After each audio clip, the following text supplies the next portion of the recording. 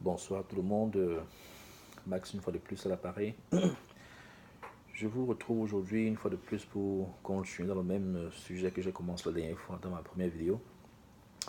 Euh, les prophéties de la fin des temps. Les prophéties de la fin des temps. La Bible est très vaste. Elle est très vaste. Il y a plusieurs sujets dans la Bible. Et la fin des temps, c'est un sujet parmi tant d'autres, mais c'est un sujet vraiment important. Euh, Aujourd'hui, j'aimerais parler du livre de Daniel. Et Daniel particulièrement, c'est un des livres qui parle de la fin des temps.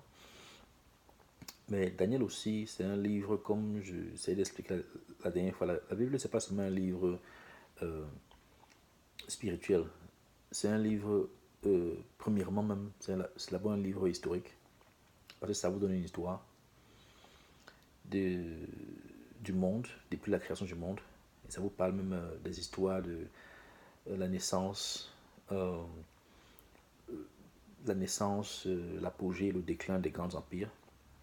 Ça vous donne des dates, pas forcément avec le calendrier qu'on a aujourd'hui, mais ça donne des dates d'un ordre chronologique. Et que si vous écrivez votre généalogie ou alors chronologie, c'est possible de l'écrire même jusqu'à maintenant, ce qui est possible. Mais donc c'est un livre historique, c'est un livre prophétique, parce que ça parle du futur. Et c'est aussi un livre religieux. Ok. Daniel, il faut d'abord comprendre qui est Daniel. Pourquoi Daniel? Daniel, il faut comprendre que Daniel vient après la période des rois. Parce que quand les enfants d'Israël sortent d'Égypte, avec Moïse, de la sortie d'Égypte jusqu'à la construction du temple à Jérusalem, c'est à peu près 5 siècles, 480 ans. Et vous pouvez lire ça dans 1 roi, chapitre 6, verset 1. Ok. Et on sait que bon, les enfants d'Israël sortaient avec Moïse, la première génération soit avec Moïse, et ils font 40 ans dans le désert, alors que c'était un voyage qui était supposé faire 1 an, à cause de la désobéissance.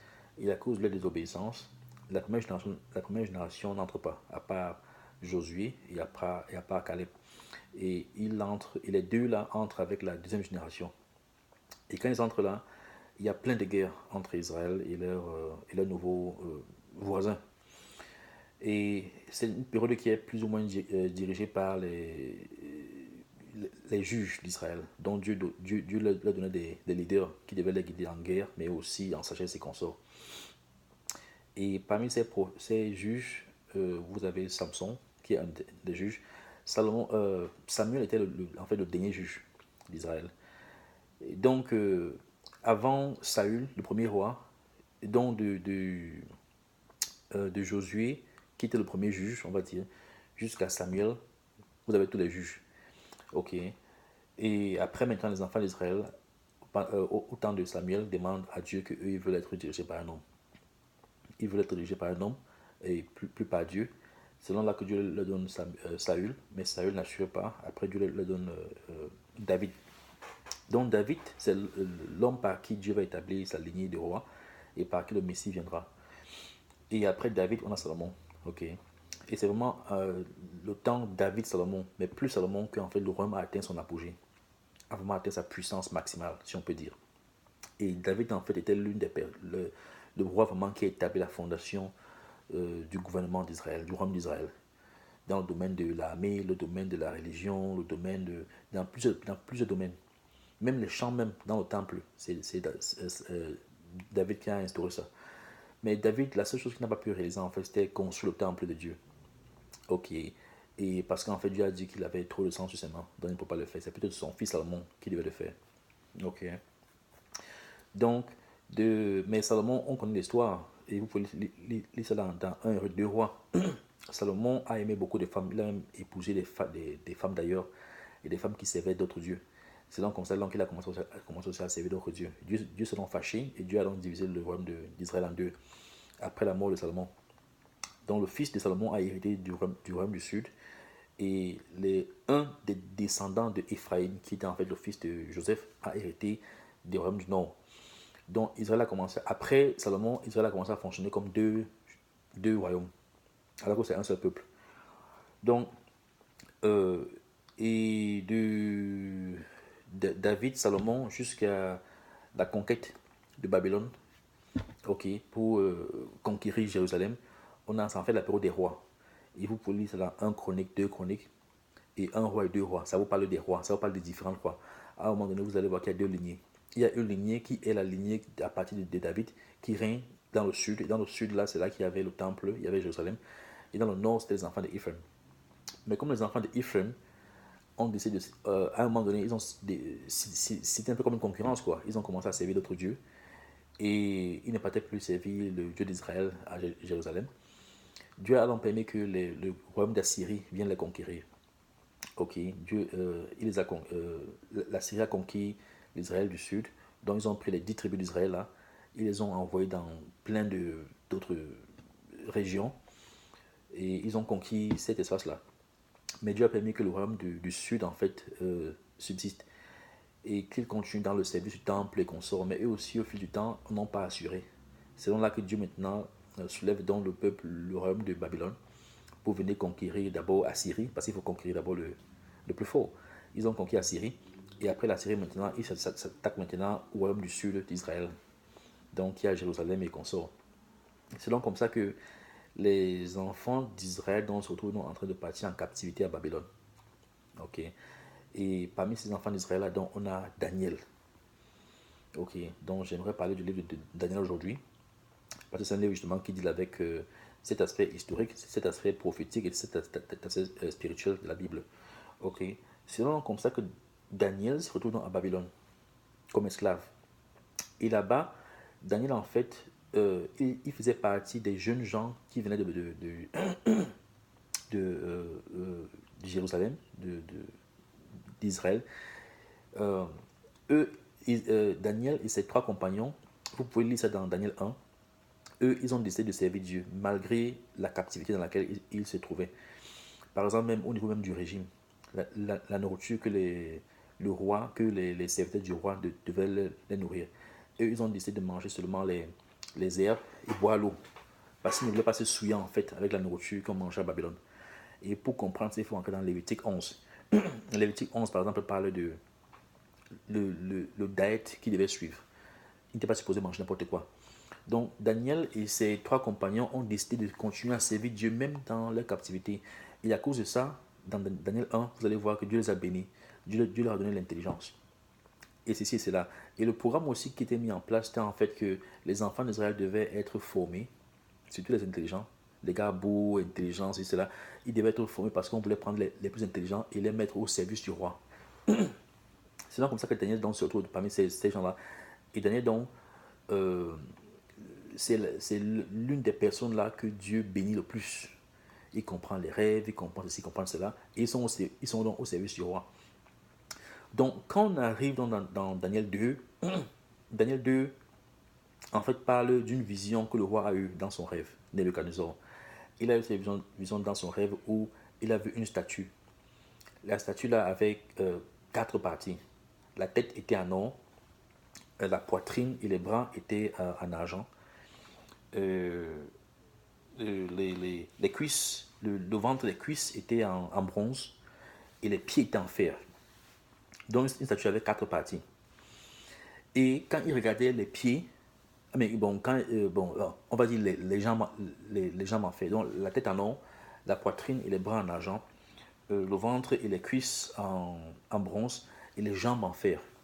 Et quand il regarde les pieds, il voit que c'est un mélange de fer et un mélange d'argile. Donc ça, c'est le rêve que le roi a eu, le roi de Nebuchadnezzar a eu. Je ne mets pas le temps de lire tout ça. Il faut que vous allez lire. Parce que je ne veux pas parler de Daniel. Si je lis tous les versets de Daniel, ça va prendre toute une journée. Donc je suis en train de résumer comme ça. Donc le roi, donc, c'est une vision qu'il a effrayée. Il n'a pas compris. Donc le roi donc, demande donc qu'on amène désolé, tous les magiciens, les voyants, les sages de son royaume. Et il leur demande, voilà ce qu'il leur demande. Écoutez bien. Il dit que vous devez me donner le rêve, me dire le rêve que j'ai eu. Non seulement que vous me dites le rêve que j'ai eu, mais vous me donnez l'interprétation. Et les magiciens de son royaume lui ont dit que, mais on va te donner le rêve que tu as eu, que c'est comment c'est impossible. Il n'y a personne sur la terre qui peut te donner le rêve que tu as eu. Donne-nous le rêve et nous, on va te donner l'interprétation. Mais le roi a vu que ces gars-là, ce sont des malins.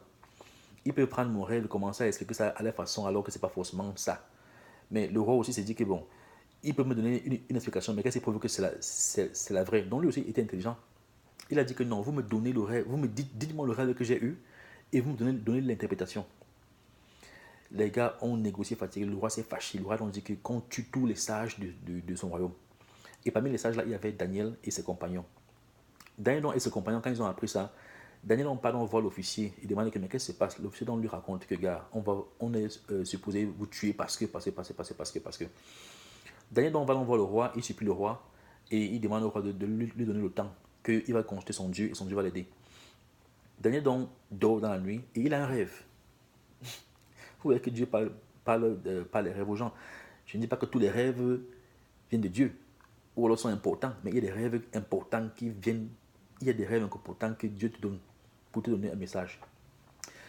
Donc, Daniel donc a donc la révélation dans le rêve et quand il se réveille, il commence à prier et louer Dieu. Et il part auprès du roi pour donc donner au roi, lui dire le rêve qu'il a eu. Le roi n'a pas dit quel rêve il a eu, hein. Il veut qu'on le dise. Donc Daniel donc a eu la révélation du rêve qu'il a eu, mais il a aussi reçu l'interprétation. Donc quand Daniel donc vient voir le roi, Daniel donc donne au roi, lui décrit le rêve, l'interprétation. Et il décrit comment est-ce que le roi a vu en fait des choses qui ont trait à la fin des temps, qui ont trait en fait au futur. Vous voyez? Donc Daniel là, je vous ai amené dans l'aspect historique, où je vous ai parlé de la sortie d'Égypte, les juges, la sortie d'Égypte, dans le travail, le temps dans le désert, le temps des juges, le temps des rois, et maintenant la captivité. Ça, c'est l'aspect historique que vous-même vous pouvez vérifier dans vos livres. Ok. Maintenant, au temps de Daniel, Daniel maintenant interprète, se trouve en train d'interpréter, Daniel est en captivité à Babylone. Et il se trouve donc en train d'interpréter un rêve que le roi a eu. Le roi n'y a pas donné le rêve, mais Dieu lui a révélé le rêve Dieu a révélé le rêve là à Daniel dans sa vision. Et il a aussi donné l'interprétation. Donc Daniel donc, dit à Nebuchadnezzar, au roi Nebuchadnezzar, que vous avez eu un rêve où dans ce rêve-là, il y a une statue qui a 4 parties. La tête là est en or, la poitrine et les bras sont en argent, le ventre et les cuisses sont en bronze, les jambes sont en fer, et les pieds là sont un mélange de fer et d'argile. Il explique ça. Donc vous imaginez, le roi était sûrement impressionné de voir quelqu'un qui peut lui dire son rêve alors qu'il n'a pas dit à la personne ce rêve. Et maintenant, l'explication du rêve, c'est quoi? C'est que il y a 4 royaumes qui vont en fait dominer le monde jusqu'à ce que le royaume de Jésus soit établi. Il y a 4 royaumes. Et le premier royaume là, qui est la tête d'or, c'est en fait le royaume du roi de Babylone, qui est l'empire de Babylone. Et l'empire là vient et justement réussit à conquérir Jérusalem, conquit d'abord la Syrie, qui est la superpuissance à l'époque, conquit Jérusalem, et puis il règne pendant 70 ans. Ok. Et elle règne comme ça là. Après elle, maintenant, il y a un autre royaume qui va venir. Et ce royaume-là, en fait, c'est le royaume, c'est le royaume des Mille et des Perses. Parce que le roi Cyrus en fait, réussit à conquérir Babylone, soit 10 ans après que les enfants d'Israël soient allés en captivité à Babylone. Et le royaume là, en fait, c'est un royaume qui a deux forces. Ça a les Mydes et ça a les Perses. Bon, et après les Mydes et les Perses, qu'est-ce qu'on a? On a le royaume de la Grèce. La Grèce avec Alexandre le Grand. Alexandre le Grand réussit à conquérir la Grèce. Ok. Et on a aussi l'époque maintenant de l'Empire grec. Et, et après la période de l'Empire grec, on a maintenant la période des Romains. Et en 146 BC, ou avant Christ, à la bataille de Corinthe, Rome réussit comment dire, à conquérir la Grèce. Et Rome commence maintenant à monter en force. De 146 là jusqu'à dépasser même le temps de Jésus, Rome monte en force. Donc voilà les 4 royaumes. Les 4 royaumes.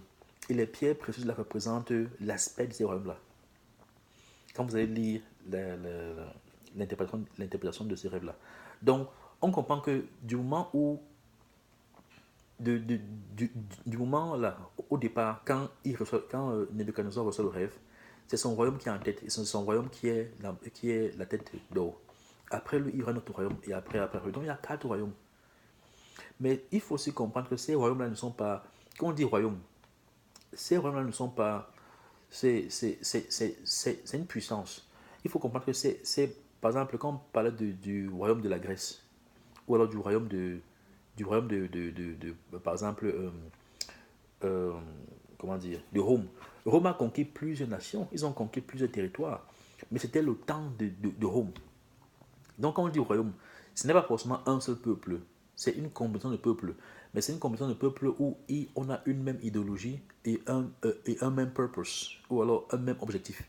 Tu vois, certes, il y a une famille élite, il y a une ou des familles élites qui dirigent ce royaume-là, mais c'est pour un objectif précis, c'est pour un but précis. Donc c'est un peu ça. Donc il a donc expliqué ce que ça veut dire son rêve. Donc le roi était impressionné, le roi l'a béni. Mais je prends ce rêve dans Daniel 2 pour vous montrer que c'est possible que Dieu puisse vous révéler des mystères comme cela, pas dans des rêves. Et que voilà une situation où Dieu a montré le futur, non seulement euh, euh, au roi Nebuchadnezzar, mais il a aussi donné l'interprétation par un enfant d'Israël. Donc, quand vous rentrez dans l'histoire, vous étudiez la naissance, le règne et le déclin de Babylone, vous allez voir que ça marche exactement avec ce que la Bible dit. Quand vous étudiez la naissance, le déclin, euh, la naissance et le déclin des Perses, vous allez voir que ça marche exactement avec ce que la Bible dit. Quand vous étudiez la naissance et le déclin de Grèce, ça marche exactement. La naissance et le déclin de Rome. Rome est particulier parce que nous, en fait, on vit dans l'air de Rome. Rome a pris le pouvoir en 146, quand ils ont conquis l'Empire grec dans la bataille de Corinthe. Ok. Mais Rome, en fait, est supposé être la dernière puissance. Nous sommes en fait dans la quatrième puissance. Nous sommes dans la quatrième puissance. Ok. Et quand vous lisez Daniel 2, vous allez voir que nous sommes en fait dans les pieds et l'agile. Parce que on connaît toute l'histoire qui est passée avant. Je laisse entre vous-même pour faire des recherches. Je ne peux pas rentrer dans l'histoire. Mais si vous faites des recherches, vous allez voir. Vous allez voir que Rome, donc, quand Jésus arrive, Jésus donc arrive dans le temps des Romains. Ok. Mais ce sont ces mêmes Romains qui continuent à régner jusqu'à présent.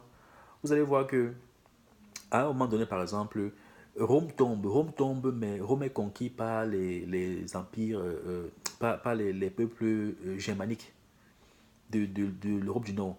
Mais tous ces gars-là faisaient partie de l'Empire romain, comme j'explique encore. Rome, ce n'était pas forcément une famille ou un ou deux peuples, c'était en fait une combinaison de peuples. Vous voyez. Mais c'était aussi une combinaison de peuples qui était liée par une même idéologie ou un même purpose ou alors un même objectif. Tu vois. Ça peut aussi arriver que dans ce peuple-là, il y a une famille qui prend le pouvoir, et tel prend le pouvoir, et tel prend le pouvoir, ou alors tel groupe prend le pouvoir. Mais c'est le même clan. C'est la même bête. Ils ont ils ont un objectif commun. Ok. Donc, je dis ça pourquoi? Parce que quand vous allez étudier ces puissances-là, vous allez voir que peut-être qu'un comme l'Empire de Babylone ou l'Empire de Grec, vous allez voir qu'il y a eu plusieurs dynasties, il y a eu plusieurs familles. Mais on peut croire que non, c'est notre royaume. Non, c'est le même royaume. Donc, Rome, là même, comme ils ont pris le pouvoir en 146 avant Christ, jusqu'à présent, nous sommes sous la domination romaine. Parce que quand vous regardez qui domine le monde, là, c'est l'Europe. Ce sont les descendants des Romains. C'est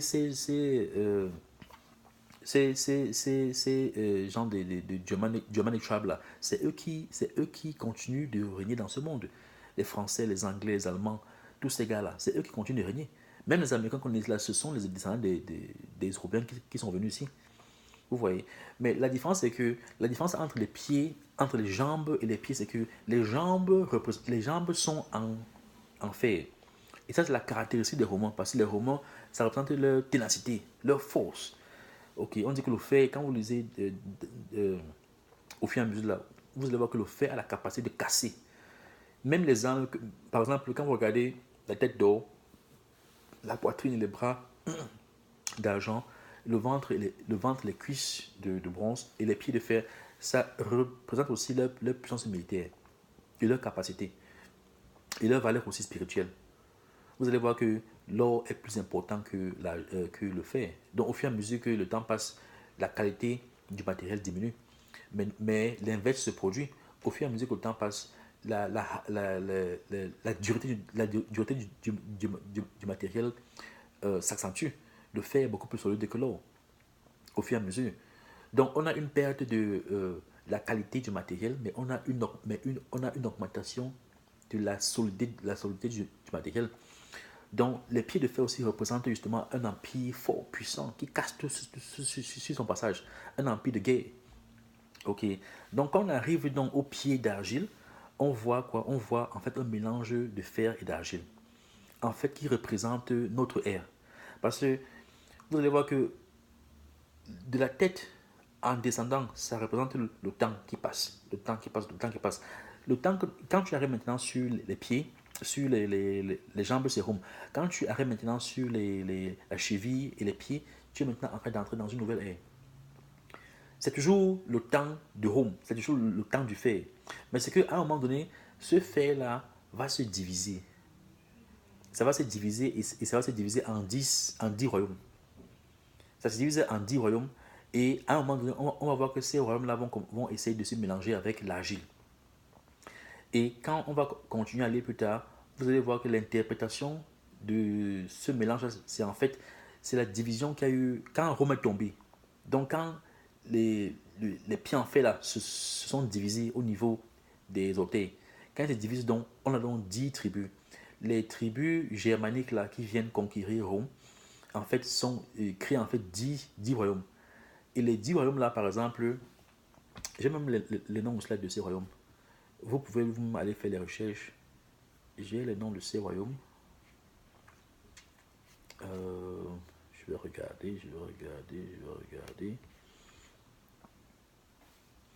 Ici, par exemple, j'ai les Allemands, c'est un royaume. Les Anglo-Saxons, c'est un royaume.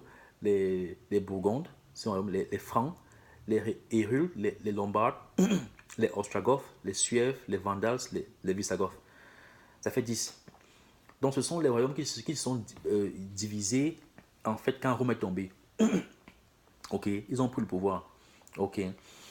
Et quand on regarde donc comment est-ce que l'histoire a évolué jusqu'à maintenant, quand vous regardez en fait, vous allez voir que ce mélange-là entre le fait et l'argile, c'est en fait cet universalisme-là. C'est en fait le mot, c'est quoi en fait? Le mot, c'est globalisation. On arrive au niveau où aujourd'hui les gouvernements ne sont pas seulement. On n'a plus tellement des gouvernements en forme d'empire, en forme de royaume.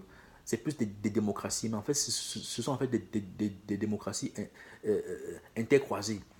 Ce sont des démocraties en fait où on parle de globalisation. On a des organismes qui contrôlent le monde. Ce n'est plus qu'on a un royaume là-bas qui essaie d'établir comment dire, son influence dans un secteur ou alors dans une partie du monde. Non, on a maintenant des gouvernements qui établissent leur influence mondialement. Ça devient un village planétaire. Donc c'est en fait ça que les pieds d'argile, les pieds de fer et d'argile représentent. Donc ça c'est un rêve. Et quand vous étudiez bien cette statue-là, et quand vous rentrez dans l'histoire, vous allez voir l'histoire de Babylone, vous allez voir l'histoire des Mythes et des Perses, vous allez voir l'histoire des Grecs, vous allez voir l'histoire des Romains. Jusqu'à présent, c'est l'Empire, c'est Rome qui dirige ce monde. Jusqu'à présent, c'est Rome qui dirige ce monde. C'est Rome qui dirige l'Europe, c'est eux qui dirigent l'Amérique, c'est eux qui dirigent même l'Afrique, même comme ils ne sont pas en Afrique en termes de population, c'est eux qui dirigent l'Afrique, c'est eux qui dirigent l'Europe, l'Asie. Même comme ce n'est pas eux qui sont prédominants en Asie, c'est eux qui dirigent, c'est leur système, c'est leur culture, c'est leur démocratie, c'est leur nouvel ordre mondial dans lequel on vit. Donc, cette statue-là vous donne déjà une image. Mais pour comprendre la statue-là, comme je suis en train d'expliquer ça là, je sais que je suis en train d'aller rapidement, mais pour comprendre ça, il faut faire des recherches. Il faut faire des recherches. Et il y a plein de détails dans ces informations-là que quand vous cherchez, vous allez voir des connexions. Même les dates des connexions vraiment exactes avec ce qui s'est passé. Donc voilà une prophétie que Daniel a parlé 600 ans avant Christ. Mais on continue de voir les résultats de ces prophéties même jusqu'à présent. Donc vous voyez l'aspect prophétique de ce livre. Bon, on avance. Quand vous lisez par exemple Daniel 7 parle en fait des 4 bêtes. Ça parle en fait du même rêve. Cette fois-là, c'est un rêve que Daniel lui-même a eu. Ce n'est plus le roi Nebuchadnezzar. C'est un rêve que Daniel lui-même a eu, où il a vu comment est-ce que les 4 vents de la terre s'élevaient. Et il y a eu 4 bêtes qui sont sorties de cette terre-là. La première bête, c'était un lion avec 2 ailes. Elle a régné pendant un temps, après les parties. La deuxième bête, c'était un ours. Un ours qui avait un côté plus fort que l'autre. You know, un peu penché comme ça là. C'était l'ours. C'est la deuxième bête qui vient après le lion et ses 2 ailes. Après l'ours là maintenant, tu as maintenant une troisième bête qui est un léopard qui a 4 têtes et 4 ailes. Et après ce léopard là, il y a une bête qui arrive que elle est indécrivable. Et cette bête là a 10 cornes. Vous voyez les 10 cornes là qui sont similaires aux 10 orteils qu'on a vu dans le premier rêve. Mais ce Daniel 7 là, Dieu montre en fait le même rêve qu'il a montré au roi de Nebuchadnezzar, mais il lui montre ça maintenant au niveau, ce n'est plus en termes d'un homme avec 10 parties, avec 4 parties, c'est maintenant plutôt en termes de bêtes. Parce que ces pouvoirs aussi, là, ces puissances là aussi sont caractérisées par des bêtes féroces, ok, avec un agenda précis. Donc Dieu montre donc ces bêtes là à Daniel, et plus tard, Dieu nous montre ces bêtes-là à Daniel. Et ces bêtes-là sont similaires. Ces bêtes-là, justement, je vais un peu essayer de voir. Ces bêtes-là, sûrement, quand on va sur. Ces bêtes-là, justement, représentent en fait les 4 empires qui sont supposés venir. Elles représentent les 4 empires qui sont supposés venir. Et ces empires-là sont identiques à la vision que le roi de Nebuchadnezzar lui-même a eue dans son rêve. Ok. Donc, Daniel lui-même a le même rêve. Et c'est aussi un truc que j'expliquais la dernière fois. Aujourd'hui, les gens ont des rêves dans plein de pays, autour de nous, partout, d'un même phénomène qui se passe par rapport à la fin des temps. Est-ce que c'est un hasard? C'est pas un hasard. Daniel lui-même maintenant aujourd'hui a le même rêve. Il a les mêmes rêves que il a les mêmes rêves que l'autre. Nebuchadnezzar. Un peu une seconde, je cherche. Et c'est plus ou moins le même cheminement. C'est un cheminement où la bête, le lion avec les 2 ailes sera remplacé par l'ours avec un côté, l'ours avec deux côtés. Donc un côté qui est plus fort que l'autre. En fait, ça représente un empire qui aura deux. Il y a un qui va se lever avant l'autre. Et celui qui vient en deuxième position sera en fait plus fort. Mais c'est un seul empire. Vous voyez, dans ce cas, c'est par exemple, on parle d'une bête, mais c'est une bête en fait qui est composée de 2 empires, les Mèdes et les Perses. Les Mèdes se lèvent avant, mais les Perses viennent en deuxième, mais les Perses seront plus forts. Mais c'est un empire avec un objectif commun. Vous voyez. Donc, et après eux maintenant, il y a maintenant une bête qui va se lever après. Cette bête-là, justement, c'est qui est un léopard avec 4 têtes et 4 ailes. En fait, c'est l'empire grec. Et l'empire grec, là, justement, représente au départ, par exemple, ça va commencer en fait avec Alexandre le Grand. Ça va commencer avec Alexandre le Grand. Mais après, son royaume sera divisé, après sa mort, son royaume sera divisé en 4. Parce qu'en fait, ce n'est pas un descendant d'Alexandre le Grand qui va régner, ce sont ses généraux. Le royaume sera divisé en 4 et il sera divisé en 4, donc ce qui est marqué par les 4 têtes qui vont sortir de cette bête-là. Donc elle va régner pendant un temps. Après ça, il y aura une autre bête féroce qui va venir. Cette bête-là qui est indécrivable. Et sur cette bête-là, sur sa tête, il y a 10 cornes qui marquent qui sont similaires aux 10 orteils qui vont être sur les pieds de l'homme. Et des 10 cornes là, il y a une autre petite corne qui va surgir après. Et la petite corne là, en fait, elle va surgir après. Elle va contrôler, elle va, comment dire, elle va conquérir 3 des 10 cornes là. Ok, et elle va continuer à régner et elle va persécuter les enfants de Dieu. Elle va continuer à persécuter les enfants d'Israël du moment où elle se lève là jusqu'à la fin des temps. Donc il faut se poser la question, qui est cette petite corne dont on parle là?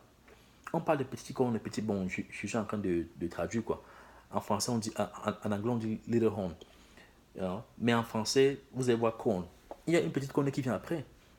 C'est que ces petits cônes-là qui vient, qui enlève, qui réussit à conquérir 3 cônes et qui va régner jusqu'à la fin du temps. Donc, vous voyez dire aussi que, comme je vous ai expliqué, Rome a été divisé. Quand Rome est tombé, Rome s'est divisé. Les Germanic tribes là ont conquis Rome. Et après, Rome s'est divisé. Ou alors cette superficie-là s'est divisée en 10 royaumes. Et vous allez voir que quand vous étudiez l'histoire, les 3 royaumes là qui ont été conquis par la petite cône là, en fait, c'est le royaume des. En anglais, on parle de Holy Roman Empire. L'Empire romain saint. Je ne sais pas comment on passe je ne sais pas comment on dit ça en français, quoi. L'Empire romain qui vient. Ou alors le. Parce que il faut voir que en ce moment-là, c'est l'Église catholique en fait qui a commencé à régner. Ils ont commencé à régner et ils ont voulu ressusciter en fait l'Empire romain. Et en voulant ressusciter l'Empire romain, ils ont conquis, l'Empire des Francs. L'Empire des Francs a conquis l'Allemagne. Ils ont conquis les Bourgons et les Lombards. Ils ont conquis cela, ils ont conquis ces trois-là.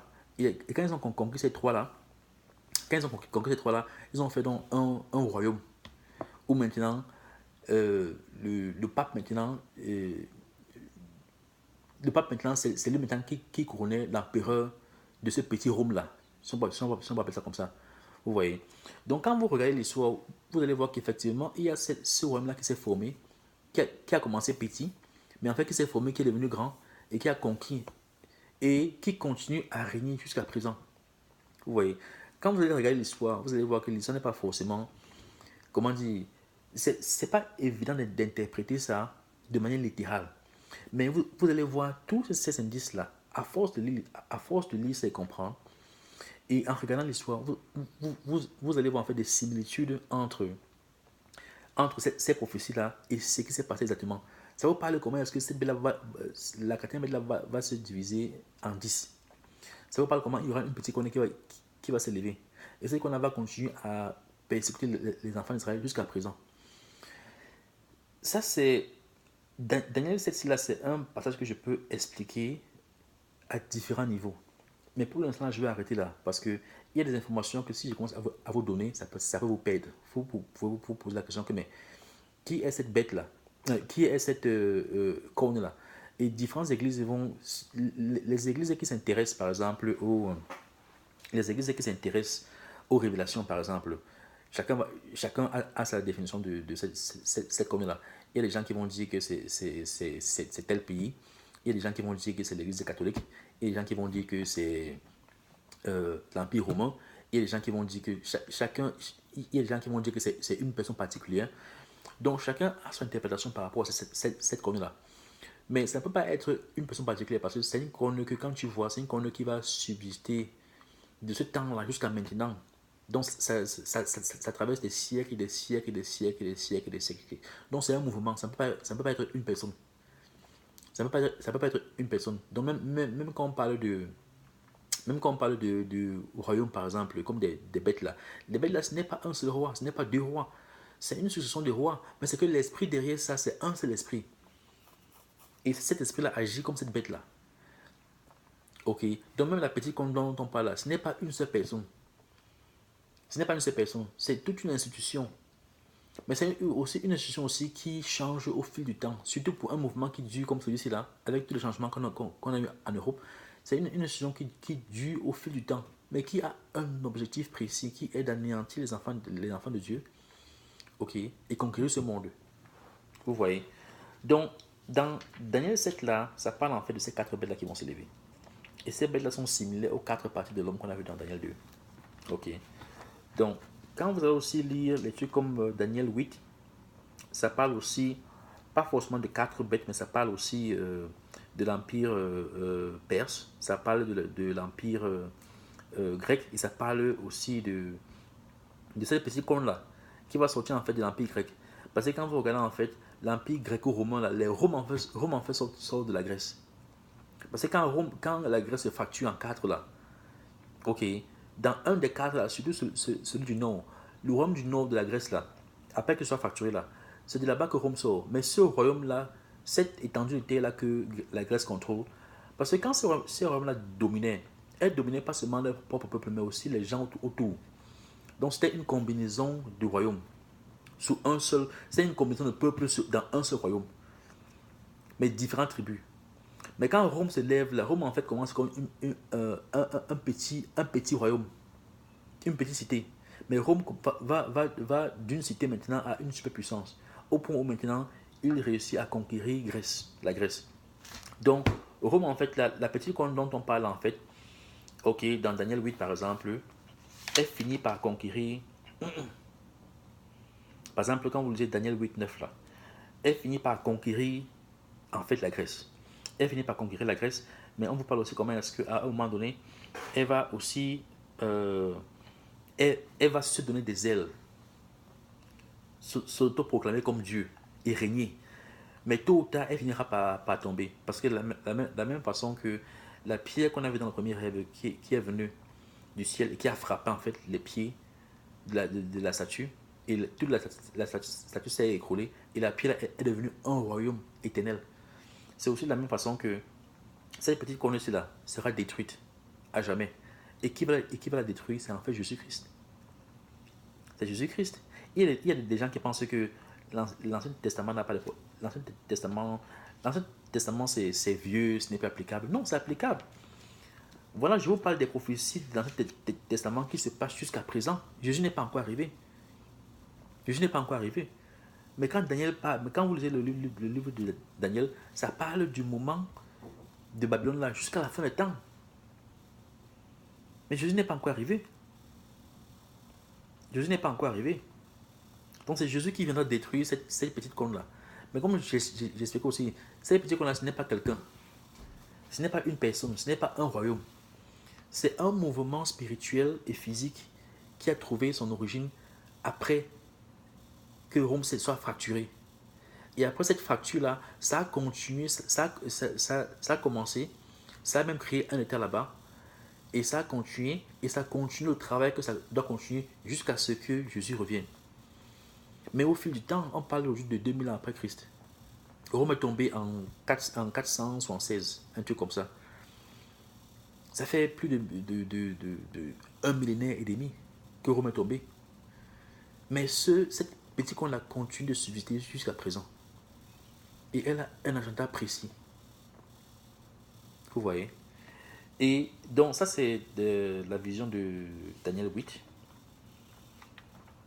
Et si vous continuez à Daniel 10, 11 et 10 et 11, ça parle justement des conflits de la fin des temps. Pour comprendre Daniel 11 là, il faut comprendre l'histoire. Je ne peux pas expliquer Daniel 11 là si vous ne comprenez pas l'histoire. Mais Daniel 11 là aussi commence encore comme Daniel 11 comme Daniel 8 commence en fait par d'abord les Médias et les Perses.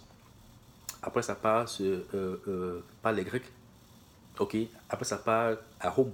Et à Rome, à la fin, il y aura une guerre juste avant la venue de Jésus-Christ. C'est pour ça que quand vous partez maintenant au chapitre 12, par exemple, ça parle justement de ce qui se passe quand Jésus revient. Ça parle de ce qui se passe quand Jésus revient. Et dans ce livre-là, vous avez des dates. Bon, quand je dis dates, vous avez des chiffres que quand Daniel lui-même comprenait ces chiffres-là, quand lui-même voyait certaines visions, ce n'est pas toi qui comprenais. Certains il l'a compris, certains qui était beaucoup plus par rapport à son temps, au temps où il a vécu. Il a compris certaines visions, mais il y a beaucoup qui ne comprenaient pas, surtout celles du futur. Et ces visions-là, en fait, ont été fermées. Et Dieu a promis de révéler cette vision-là, en fait, dans le futur, quoi, pas à l'instant T. Par exemple, quand vous lisez Daniel 12, allons plus Daniel 12. Daniel 12.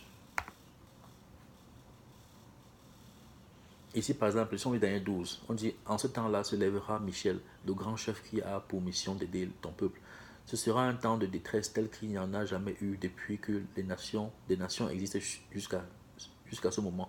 En ce temps, là seront sauvés ceux qui sont ton peuple dont le nom est inscrit dans le livre. Ça, c'est le livre de vie qu'on voit dans Révélation.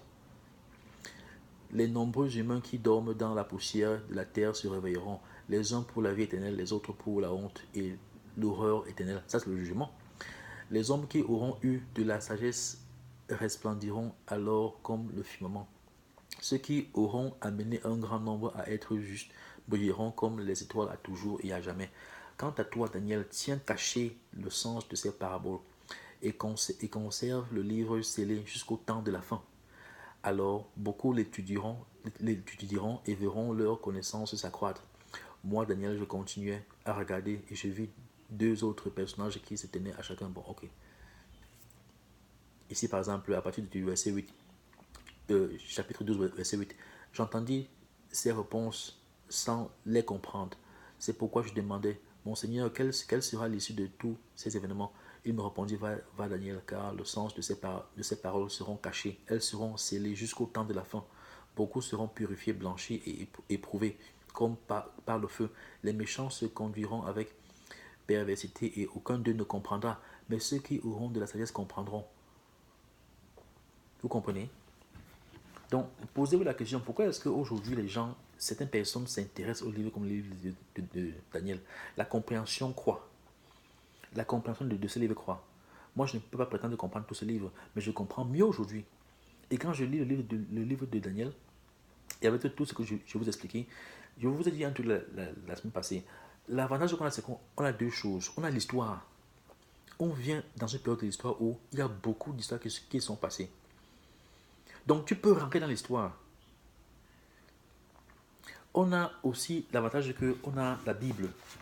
On a la Bible. La Bible, on a la Bible. La Bible, c'est un livre historique. Beaucoup de ces événements, la Bible ne va pas développer l'histoire comme les livres séculaires développent l'histoire. La Bible parle de l'histoire, mais avec un but précis. Elle n'est pas là pour perdre le temps pour citer tous les prophètes. La Bible n'est pas là pour perdre le temps pour citer tous les détails qui ne sont pas utiles. Elle parle des points précis qui vont se passer. Et elle donne les indices par rapport au monde à venir. Mais il y a aussi le niveau de compréhension. Parce qu'elle n'est pas vague, elle est tellement précise. Et elle donne des explications que même tes livres séculaires ne peuvent pas t'expliquer. Elle donne des explications que même les sages de ce monde actuel ne peuvent pas expliquer. Elle donne tellement d'informations. Elle donne même des chiffres. Dans Daniel 12, par exemple, vous allez voir des chiffres comme, je pense, Daniel 10 ou 11, un truc comme cela, ou 9. Vous allez voir des chiffres comme 2300. 2300. Vous allez voir des chiffres comme 1290. Vous allez voir des chiffres comme 1260. Vous allez voir des chiffres comme 1335. Ce sont des chiffres que, comme je vous ai expliqué, si vous vous asseyez, vous calculez la généalogie des patriarches, vous additionnez les temps historiques, et ceci, c'est là, vous arrivez, vous allez voir qu'on est, comment dire, à quelques années, à quelques décennies de la venue du Christ. C'est la raison pour laquelle beaucoup parmi nous ont ces rêves. Beaucoup parmi nous ont ces rêves. Beaucoup parmi nous ont ces rêves. C'est parce que nous sommes en ce temps-là. Et non seulement ça, comment je suis en mesure de m'asseoir aujourd'hui et lire et comprendre ce livre? C'est parce que Dieu a donné cette révélation-là aux hommes. Moi-même, j'ai appris de quelqu'un. J'ai appris des gens. Mais aussi avec les propres recherches que j'ai eu à faire, j'ai eu à améliorer. J'ai eu à améliorer. Comment est-ce qu'on comprend ça aujourd'hui? Mais vous avez lu comment est-ce dans Daniel 12 là, il a dit que ces paroles-là seront scellées jusqu'à la fin du temps. Et que les gens que Dieu aura choisis vont comprendre. Mais que les méchants ne comprendront rien. Donc quand vous voyez les gens avoir les rêves à la fin du temps, c'est pas seulement moi, c'est plein de gens dans le monde entier. Même autour de vous, si vous vous renseignez. Il faut vous poser la question. Il faut vous poser la question. Comment moi je suis en mesure de rentrer et voir les puissances qui sont levées, sont tombées. Voir le déroulement des choses. Par exemple, même dans Daniel 9, là, par exemple, dans Daniel 9, par exemple, si vous lisez à partir du verset 24, ici, là, on prédit la venue de Christ. On prédit la venue de Christ. Dieu prédit la venue de Christ. Il parle de 70 semaines. Du moment où le roi Cyrus proclame que Jérusalem doit être reconstruit, parce que Babylone a détruit Jérusalem. Du moment où le roi Cyrus proclame que Jérusalem doit être reconstruit, jusqu'à ce que Christ vienne, c'est quoi? C'est 62 fois 7. C'est 400, c'est 434 ans. Donc, Dieu avait même déjà dit ici, là, à Daniel, quand est-ce que Jésus viendra? Et c'est quoi s'est passé? Dieu lui a dit. Dieu lui a même dit que Jésus sera crucifié. Dieu lui a dit. Dieu lui a donné le temps, les chiffres. Non seulement ça, mais aussi, quand vous lisez par exemple Daniel, je pense que c'est 9. C'est 9 là, au départ. Dieu avait dit que les enfants d'Israël devaient rester en captivité à Babylone pendant 70 ans. 70 ans. Il a calculé. Donc, Daniel, c'est un des livres que... Je sais que je ne peux pas prouver tout ce que je dis en une heure. J'essaie de limiter le temps, quoi, parce que les premières vidéos que j'ai faites étaient vraiment très longues. Je ne peux pas prouver tout ce que je dis là en une heure. Mais je pense que je vous ai donné assez d'informations pour stimuler votre intelligence, stimuler votre curiosité, et vous-même aller chercher si ça vous intéresse. Vous allez voir dans Daniel plusieurs choses, comme j'ai dit. Vous allez voir Daniel 2, qui parle de la statue qui a 4 parties. Vous allez voir Daniel 7, qui parle des 4 bêtes féroces qui devaient se lever pour dominer le monde jusqu'à ce que Jésus revienne. Vous allez voir dans Daniel 8, qui parle des chèvres et moutons qui vont venir. Bon, les chèvres aussi et moutons sont plus ou moins similaires aux 4 royaumes. Parce que c'est le même rêve qui revient, mais ça vient sous différentes formes, avec différents, pas différents, mais avec des informations complémentaires. Et quand vous arrivez dans les versets, non, je pense au chapitre 9 là, vous prédit une prophétie qui va se réaliser que Israël sera délivré bientôt. Parce que les 70 ans qui sont faits à Babylone sont presque à terme. Non seulement ça aussi, ça parle de la venue du Messie à partir du verset 24 jusqu'à... Ça c'est chapitre 9, hein, verset 24 jusqu'à verset 26. 26 hein. Ouais, ça parle de la venue du Messie. Quand vous lisez Daniel 12 là, 11 là, ça parle des conflits à venir. Mais ça parle toujours de Babylone, en passant par Médo-Persia, en passant par la Grèce et en passant par Rome. Mais Rome est supposé régner jusqu'à la fin des temps. C'est clair que dans Rome, il y a une métamorphose, parce qu'au départ, elle commence comme des jambes de fer. Mais après, vers la fin des temps, on voit que c'est en fait un royaume divisé, cassé. Il est divisé. Et il est mélangé avec l'argile. Ça te montre en fait la globalisation. Comment dire, ça montre en fait l'objectif qu'ils vont vouloir atteindre à la fin du temps. Ils vont vouloir atteindre un monde global, une globalisation. On a une économie monétaire aujourd'hui qui est globale.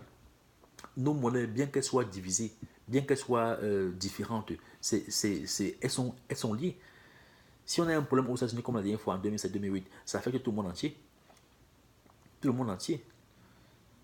Notre politique est liée. Notre monnaie est liée. Notre culture même est liée. Avec encore la venue de l'Internet et la venue des médias, on est tous liés. On est tous liés. Et cette fois-ci, et de nos jours, l'information va tellement rapidement que les mouvements se lèvent aussi rapidement. Très rapidement. Les temps sont en train d'accélérer. C'est en train d'accélérer. Donc, un livre comme Daniel, justement, vous donne cet aspect historique. Ou si vous-même vous rentrez, vous allez voir le parcours de ces royaumes-là. Mais le problème, c'est que si vous ne suivez pas la Bible, vous ne savez pas où on est dans l'histoire. Vous ne savez pas où on est. Vous allez rentrer lire l'histoire. Vous allez lire par rapport à ces royaumes-là. Mais vous ne savez pas ce qui est en train d'arriver. Vous ne comprenez même pas le pourquoi des choses. Parce qu'il y a le pourquoi des choses qui vient des historiens. Et il y a le pourquoi des choses qui vient de la Bible. La Bible vous donne une perspective ici là qui est étonnante. Parce que non seulement elle vous parle de l'histoire, mais elle vous parle du futur. Et elle vous parle, et vous-même aujourd'hui, c'est ce que je dis que nous aujourd'hui, on a l'avantage qu'on a l'histoire et on a la Bible aussi. Les prophéties de Dieu. Tu es en mesure de voir que 600 ans avant que Jésus ne vienne, il y a un monsieur comme Daniel qui l'avait à prophétiser. 600 ans avant que Jésus ne vienne, Dieu avait à montrer à Daniel la fin des temps. Il avait à montrer le déroulement du monde jusqu'à la fin des temps. Nous, aujourd'hui, on est 2000 ans après Christ. Donc 2600 ans après Daniel, on lit ce que Daniel a écrit. Et si tu lis ça attentivement, tu fais tes recherches, tu vas voir que Dieu a montré à Daniel exactement ce qu'il avait et c'est ce qui se passe. Lisez l'histoire de Rome. Lisez l'histoire de l'Europe. Comment l'Europe s'est divisée. Comment l'Europe s'est divisée. Et comment l'Europe essaie de faire quoi? Il essaie de s'unir. Non seulement que l'Europe essaie de s'unir, mais ils sont en train de vouloir unir le monde entier.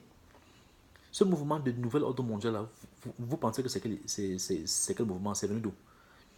Récemment, vous entendez parler du nouvel ordre mondial, nouvel ordre mondial, nouvel ordre mondial. Ça vient d'où? Pourquoi? Quand vous lisez ici, là, quand dans Daniel 7, on parle justement les pieds d'Agile et de fer. On dit comment est-ce qu'ils vont essayer de s'unir. Parce qu'ils vont essayer de faire le nouvel ordre mondial, là, mais ce sera très difficile. Ils vont essayer de le faire. Et les choses vont changer. Mais ça va changer comparément à ce qu'on voit maintenant. Mais ils ne seront jamais vraiment unis. Parce qu'il y aura toujours des différences. Il y aura toujours des différences. Mais ce que ça veut dire, c'est que ça sont des prophéties qui ont été données il y a cela 2600 ans. Ça c'est d'après eux. Hein. Parce qu'il faut encore vérifier. 2600 ans. D'après le calendrier qu'ils nous ont donné. Et ces prophéties-là elles sont accurate, elles sont précises à la limite près. Et même jusqu'à présent, quand vous regardez ces mouvements-là, l'Europe qui s'est fragmentée en 450, 470 et poussières, l'Europe qui évolue par la Renaissance, il faut regarder les mouvements qui sont sortis de la Renaissance. Il faut regarder, non seulement ça, avant même la Renaissance, il faut regarder cette petite cône-là dont on parle. C'est quelle cône? C'est quel mouvement? Ils sont supposés persécuter les enfants d'Israël jusqu'à la fin du temps. Qui sont vraiment les enfants d'Israël? Vous voyez, je vous pose la question que si je vous donne la réponse maintenant, vous allez demander que mais comment Max, c'est ça. Il faut déjà comprendre déjà Daniel. Il faut déjà lire Daniel. Même si tu ne comprends pas tout, il faut déjà lire Daniel. Lire déjà Daniel. Et quand tu lis ça maintenant, avec la vidéo que je viens de faire ici là, rentre dans l'histoire. Tu n'as pas besoin de connaître toute l'histoire de Rome. Cherche à comprendre l'histoire de Rome en gros. Comment ils ont commencé, comment ils sont levés, qu'ils ont conquis, et comment le royaume s'est métamorphosé au fil du temps. Et fait la même chose avec le royaume de Grèce, de Grèce, des Mèdes, des Perses, de Babylone. Vous allez voir, ça vous donne une image de l'historique de ce royaume-là. Et quand vous arrivez maintenant à la quatrième bête, vous allez voir, vous-même, vous allez pouvoir reconnaître l'histoire de Rome à l'intérieur. Et d'une précision, quand on parle des 10 hôtels là, c'est vraiment comme ça qu'on parle des 10 cônes là. C'est vraiment comme ça que Rome s'est divisé. Ce n'est pas un hasard. Parce que 600 ans avant Christ, Rome se divise en 476. Donc 1000 ans avant ça, Daniel avait à prophétiser ça. Donc je peux continuer à parler sur ce sujet, mais je pense que vous comprenez d'où je viens. Ok. Donc nous sommes dans une période où ces informations sont de plus en plus accessibles. On comprend mieux. La connaissance s'accroît. Aujourd'hui, on a Internet. Internet, c'est un outil que tu peux utiliser pour une bonne chose ou pour une mauvaise chose. Tu peux passer ton temps sur Internet à regarder plein de sauvageries, de conneries. Ou tu peux le faire pour chercher. Il y a beaucoup d'informations. Quelqu'un peut avoir un très bon livre quelque part. Tout ce qu'il a fait, c'est télécharger sur Internet et quelqu'un d'autre à l'autre bout du monde a ça. En 2 secondes. Il y a tellement d'informations. Il y a des bons comme il y a des mauvaises. Il y a celles qui sont importantes comme celles qui sont moins importantes. Il faut savoir, il faut être dirigé par l'esprit pour savoir quoi chercher et quoi voir. Mais dans tout ça, il ne suffit pas d'avoir l'information. Parce que quand vous lisez dans Daniel là, beaucoup vont lire, beaucoup vont lire, mais les méchants ne vont pas comprendre. Et comme j'ai dit la dernière fois, le méchant, ce n'est pas seulement celui qui fait du mal à son frère. Même celui qui ne cherche pas Dieu, il est méchant. Il ne va rien comprendre. Même celui qui ne cherche pas Dieu là, il ne va rien comprendre. Et il faut aussi faire attention, même ceux qui sont à l'église. Voilà aussi un truc que je mentionne, j'ai parlé beaucoup des catholiques la dernière fois. Ce n'est pas parce que tu parles d'église que tu vas comprendre. Ce n'est pas parce que tu lis ta Bible que tu vas forcément comprendre. C'est Dieu qui t'appelle d'abord. C'est lui qui te révèle. Il y a plein de gens qui lisent, mais ils ne comprennent pas. Ils ne comprennent pas.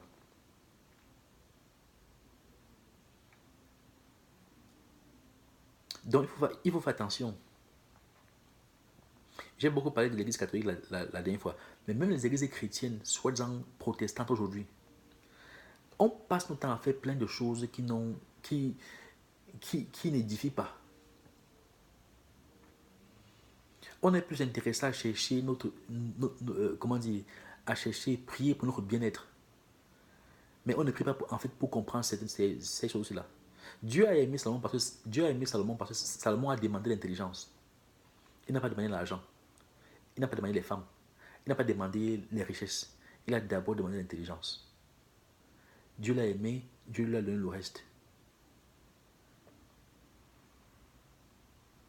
Quand tu ne comprends pas là, c'est grave. On t'amène ici, on t'amène là-bas, on t'amène ici, on t'amène là-bas, et puis tu te payes dans tout ça là. C'est grave. Ce n'est pas seulement les églises catholiques, même les églises chrétiennes. Beaucoup d'églises protestantes là, elles sont dangereuses. Tu vois, dans certaines églises, tout ce qu'on fait, ce sont des prophéties. Et aujourd'hui, ce qu'on appelle prophétie, c'est quoi? C'est qu'on te parle que ok, tu veux un mari, tu veux les enfants, tu veux la nourriture, tu veux le bonbon. Voilà, voilà tout ce qui intéresse les hommes. Si tu parles des prophéties comme ça, si la personne ça ne les intéresse pas. Au contraire, ils n'aiment même pas les prophéties. Même les chrétiens n'aiment pas les prophéties. Parce que les prophéties, là, ce sont les prophéties de jugement.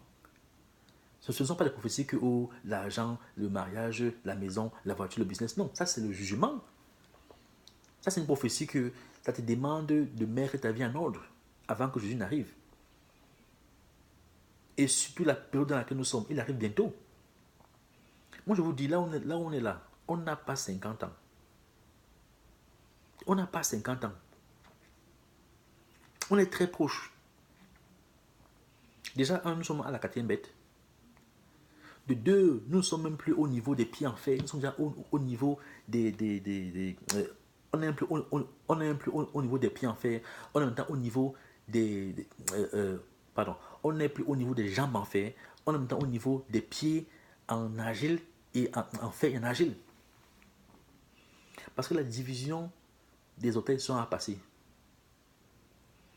Et ce mouvement globalisme, c'est en cours depuis des décennies, c'est en cours depuis des millénaires.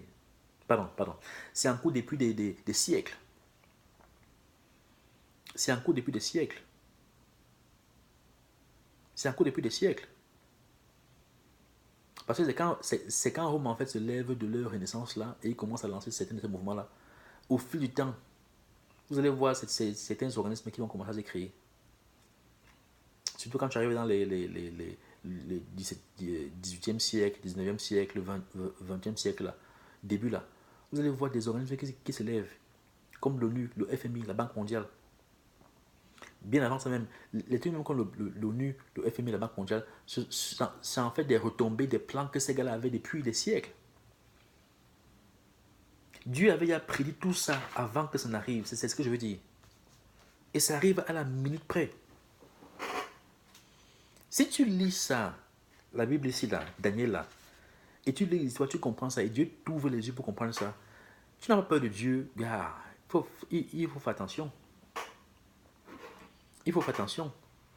J'ai parlé un peu de mes rêves la semaine passée, mais il y a un rêve que je n'ai pas mentionné. J'avais eu un rêve où Dieu me montrait en fait que les temps dans lesquels nous sommes encore entrés, ce seront des temps vraiment obscurs.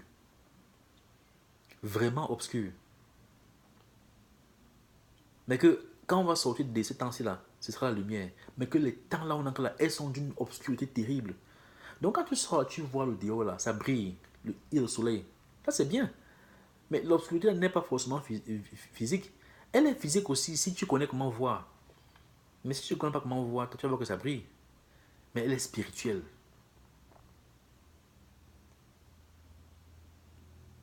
Donc j'ai fait cette vidéo pour vous parler du livre de Daniel.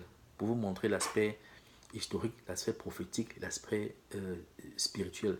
Daniel, malgré la captivité dans laquelle il se trouvait, il a continué à servir Dieu. Malgré les temps difficiles qui arrivent là, il faut servir Dieu. Et il ne faut même pas attendre quand le mal arrive, il faut commencer maintenant. Il faut commencer à servir Dieu à partir de maintenant. Il ne faut pas attendre quand tout va se gâter. Il faut commencer maintenant. Ça fait une heure que j'enseigne. J'ai parlé du livre de Daniel. Il y a tellement d'informations. Je ne peux pas tout couvrir. Seulement un chapitre comme le chapitre 2 de Daniel, là, ça peut me prendre, si je développe ça, ça peut me prendre même 2-3 heures. Mais la vidéo sera trop longue. Je ne sais pas si vous pourrez voir ça. Mais je veux au moins stimuler votre intérêt, votre curiosité. Parce que si vous comprenez ce que je suis en train d'expliquer là, je vous encourage à rentrer dans Daniel. Lisez Daniel. Les églises n'enseignent pas ça. Les églises aujourd'hui, c'est beaucoup plus le succès, l'argent, le bien-être. Les prophéties de Dieu, on n'aime pas. Quand tu commences à parler de ça, on te regarde comme un... Tu fatigues. Tu deviens comme Noé. Tu deviens comme Noé. Tu deviens comme Noé. Parce que tu gênes en fait. Tu gênes. Tu gênes. Les gens, eux, veulent s'amuser. Eux, ils veulent s'amuser. Eux, ils veulent vivre leur vie. Toi, tu n'es pas des prophéties de la fin de temps. Tu les gênes. Tu deviens comme Noé. Quand on est par exemple Matthieu 24, je veux lire ça ici là. Tu deviens comme Noé. Tu gênes. Tu gênes. Là, c'est Matthieu 24, verset 37 à 39. Matthieu 24, verset 37 à 39.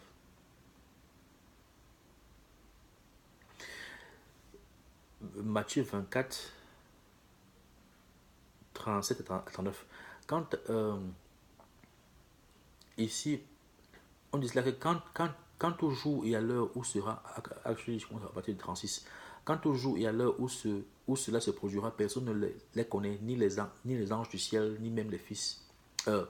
Quant au jour et à l'heure où cela se produira, personne ne les connaît, ni les anges du ciel, ni même le Fils. Personne sauf le Père et lui seul. Lors de la venue du Fils de l'homme, les choses se passeront comme au temps de Noé. En effet, à l'époque qui précéda le déluge, les gens étaient occupés à manger et à boire et à se marier et à marier leurs enfants. Jusqu'au jour où Noé entra dans le bateau. Ils ne se doutèrent de rien jusqu'à ce qu'il vienne le déluge et les emporta. Ce que je veux que vous compreniez cela, c'est que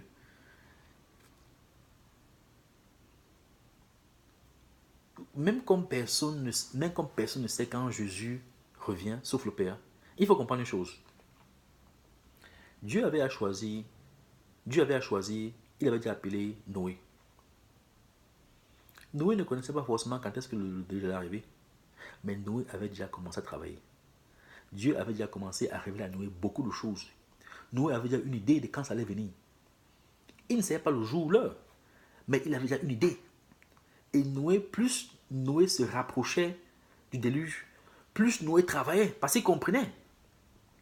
Et Noé a enseigné pendant 120 ans. Noé a enseigné pendant 100, il a enseigné avec son grand-père, mais tout cela, pendant 120 ans. Et les 5 dernières années, c'est là que Noé a construit l'arc. Noé ne savait pas l'heure ni le jour. Mais Dieu avait déjà prévu Noé. Et Noé avait déjà plus ou moins une idée de quand ça allait être. Donc parfois les gens prennent le verset là, ils disent que oh, personne ne connaît le jour. Non.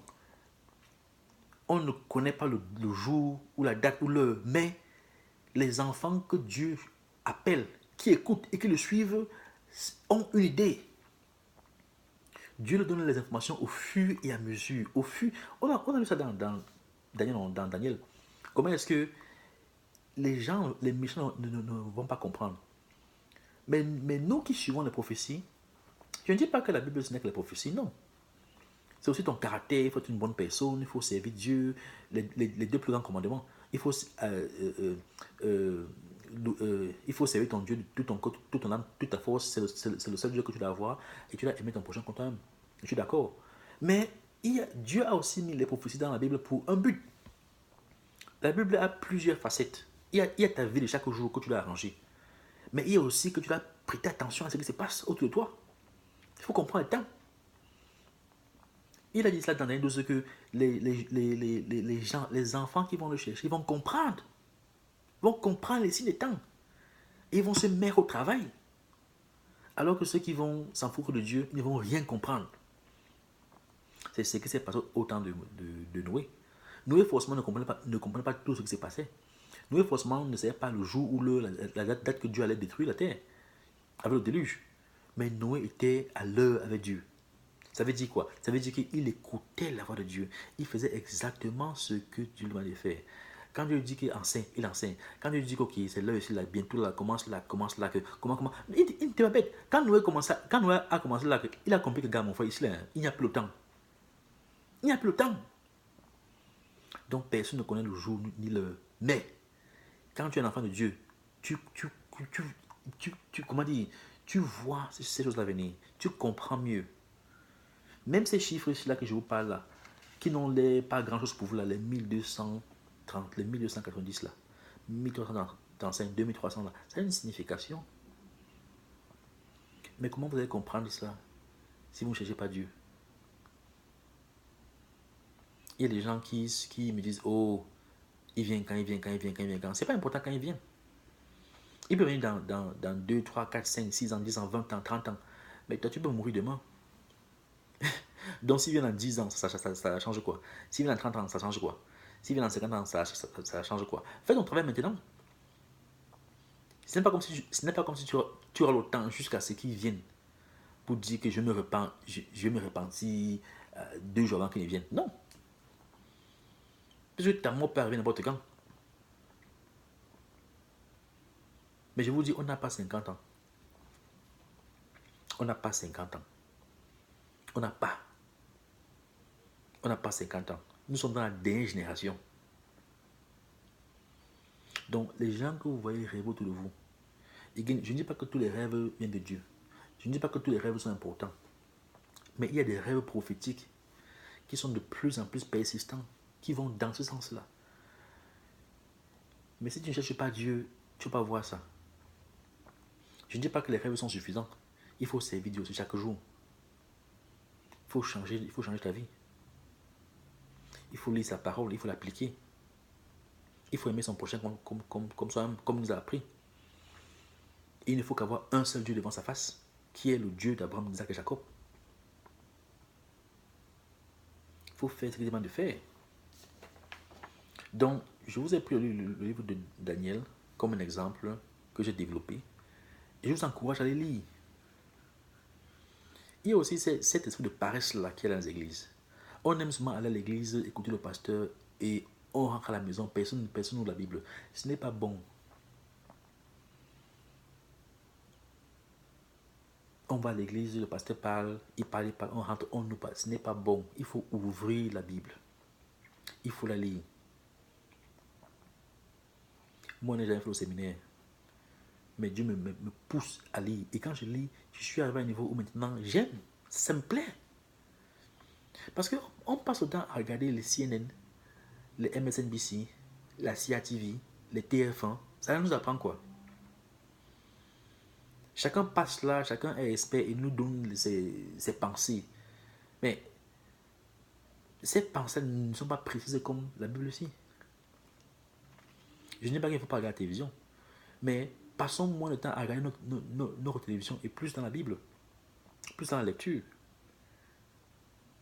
Et même et encore même mieux, regardez comment est-ce que la Bible et l'histoire parlent la même chose. La différence c'est que l'histoire et les gens qui vous donnent l'histoire, c'est par rapport à l'agenda. C'est comme l'histoire de l'Afrique. La plupart d'entre nous, on ne connaît même pas l'histoire de l'Afrique. C'est terrible. Mais qui a écrit ce livre-là? Qui nous a donné ce programme-là? Vous voyez? Ça, c'est un autre sujet que je vais ouvrir un jour, Dieu voulant. Mais ce que je veux dire, c'est que il faut lire votre Bible. Il faut prier. Il faut comprendre les signes des temps. Il y a un truc que Jésus avait dit aux enfants d'Israël. Parce que Rome après aussi a détruit Israël en l'an 70 ans après Jésus-Christ. Jésus a dit aux enfants d'Israël que quand vous allez voir les soldats romains encercler votre terre, commencer à marcher pour encercler votre terre, que ceux qui peuvent fuir, fuient. Fuivent les montagnes. Parce que ceux qui vont rester là, on va les tuer. Quand Jésus, parce que c'était en fait Jésus, quand Jésus est venu voir Abraham avec les deux anges pour aller détruire Sodome et Gomorrhe, vous savez ce qui s'est passé? Ceux qui sont restés sont morts.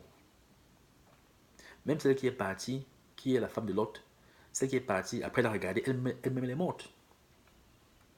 Parce que tellement elle aimait Sodome et Gomorrhe, elle avait tellement de richesses là-bas, tellement de richesses. Et pour elle, c'était plus important que ce que Dieu disait. Vous avez lu ici là dans Matthieu 24 là, que j'ai lu, que les gens vont se marier, les gens vont construire, si c'est là. Le mariage n'est pas une mauvaise chose. L'argent, les choses de ce monde, c'est pas une mauvaise chose. Mais si c'est tout ce que tu cherches, mon frère, tu ne vas rien comprendre. Tu ne vas rien comprendre. Je répète encore, Matthieu 24, 37, lors de la venue du Fils de l'homme, les choses se passeront comme au temps de Noé. En effet, à l'époque qui précéda le déluge, les gens étaient occupés à manger et à boire et à se marier et à marier les enfants jusqu'au jour où Noé entra dans le bateau. Est-ce que le mariage c'est une mauvaise chose? Dieu lui-même a assis le mariage depuis Adam et Ève.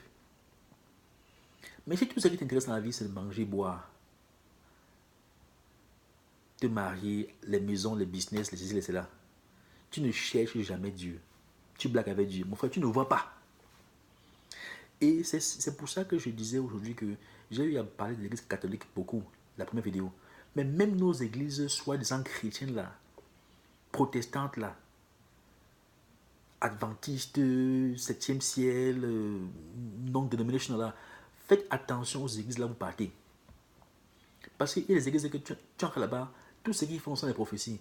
Et les prophéties, c'est quoi? Ça n'a même rien à voir avec les prophéties que Dieu dit. Hein.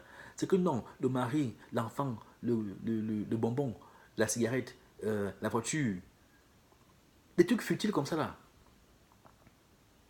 Je ne dis pas que le mariage c'est une mauvaise chose. Je ne dis pas que l'enfant c'est une mauvaise chose. Je ne dis pas que les maisons, tout ça c'est une mauvaise chose.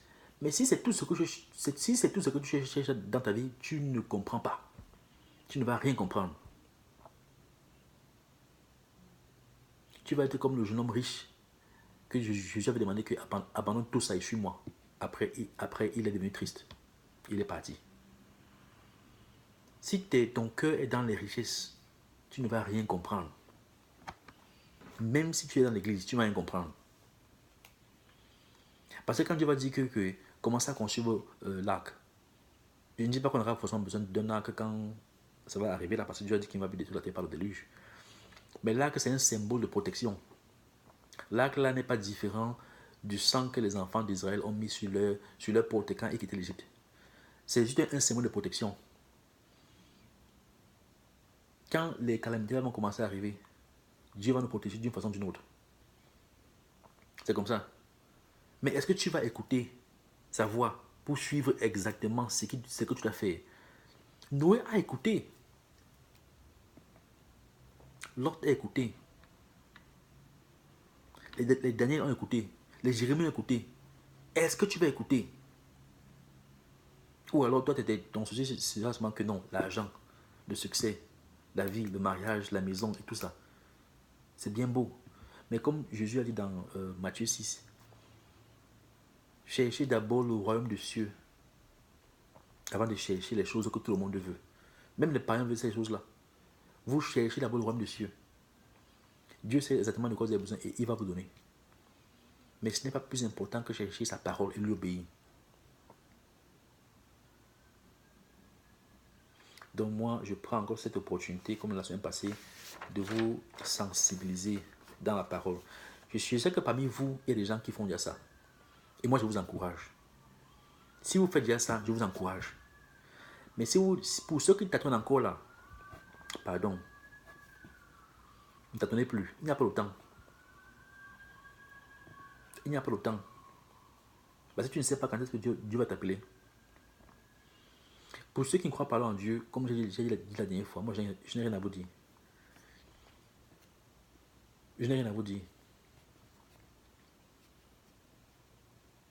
Donc, la semaine prochaine, je ne sais pas encore sur quoi je veux parler. Je veux prendre ces différents sujets et adresser au fur et à mesure. Mais en fait, ces vidéos-là, c'est pour vous motiver. C'est pour réveiller ceux qui dorment. C'est pour encourager ceux qui travaillent déjà. Pour les encourager de redoubler d'efforts. Pour ceux qui dorment, qui sont chrétiens, réveillez-vous. Les temps que vous voyez là vont changer très vite. Il y a une troisième guerre mondiale qui arrive. Elle n'est pas loin. Elle n'est pas loin. D'ici 3 4 ans, là, le monde va changer. Il y a une guerre qui arrive. Elle n'est pas loin. On est quoi 2018, non? Ok. D'ici 2021, là, 2021, là, on n'est pas loin. Parce qu'avant même que Jésus n'arrive, là, il y a tellement de choses qui vont se passer. On n'est pas loin. On n'est pas loin. On n'est pas loin. Donc quand ces rêves deviennent de plus en plus persistants, persistants, persistants, persistants, persistants, persistants, gars, c'est pour te réveiller. C'est pour te réveiller. C'est pour ça que moi je dis la dernière fois que je ne peux pas rester tranquille. Il faut que je parle. Et je veux parler. Autant que Dieu va me permettre, je veux parler. Je veux parler. Et comme je vous dis, ce que je vous dis là, c'est ce qu'il me dit chaque jour. Chaque jour. Je veux parler. Et ce n'est pas seulement qu'il faut que je parle. Moi, ma vie, il faut que j'arrange. Mais j'ai aussi reçu, il faut que je parle. Parce que Noé, il a conçu le bateau pour sauver sa famille. Mais il a aussi parlé. Il a aussi obéi Dieu. On doit parler. Donc, je pense que j'ai assez dit. J'espère que cette vidéo va vous intéresser. Et partagez aussi. Parce que parmi vous, peut-être qu'il y a des gens qui connaissent ce que je suis en train de dire. Mais il y a aussi plein de gens qui aimeraient suivre cette vidéo. Il faut partager. Partagez.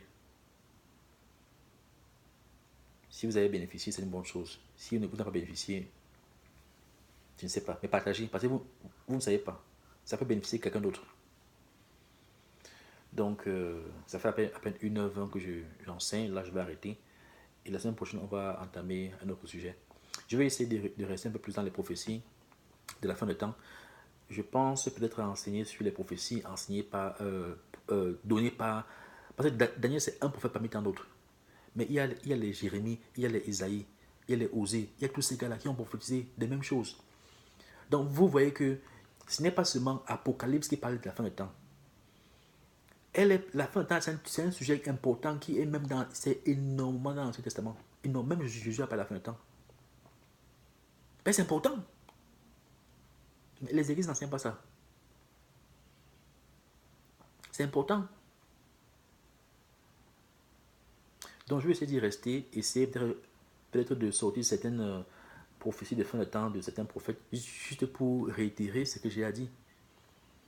Mais Daniel, c'est un bon livre parce que Daniel te donne, ne parle pas seulement d'un seul événement. Ça te parle en fait d'une succession de royaumes qui vont se lever, tomber, lever, tomber, lever, tomber, lever, tomber, jusqu'à ce que Jésus même vienne établir son royaume. Donc c'est un bon livre pour commencer par rapport aux prophéties. Et ça va te montrer ce qui s'est passé et ce qui arrive. Mais ces livres-là sont aussi complémentaires. Parce que quand tu prends Daniel, tu prends Apocalypse, tu prends les livres des prophètes, tu prends même toute la Bible, il y a plein d'indices partout, partout, que quand tu mélanges, tu as une meilleure compréhension, tu as une meilleure vision des choses. Il y a même certains livres qu'on a enlevés de la Bible, qui ont beaucoup d'informations. Je ne peux pas enseigner ça dans cette vidéo. Aujourd'hui, j'ai pris Daniel. Demain, je vais prendre autre chose. Donc, je vous encourage dans la prière, dans la persévérance. Et il faut chercher Dieu, parce qu'il n'y a plus le temps. Bon, merci beaucoup pour votre écoute et passez une bonne fin de semaine. Et que Dieu vous bénisse. Merci. Bye.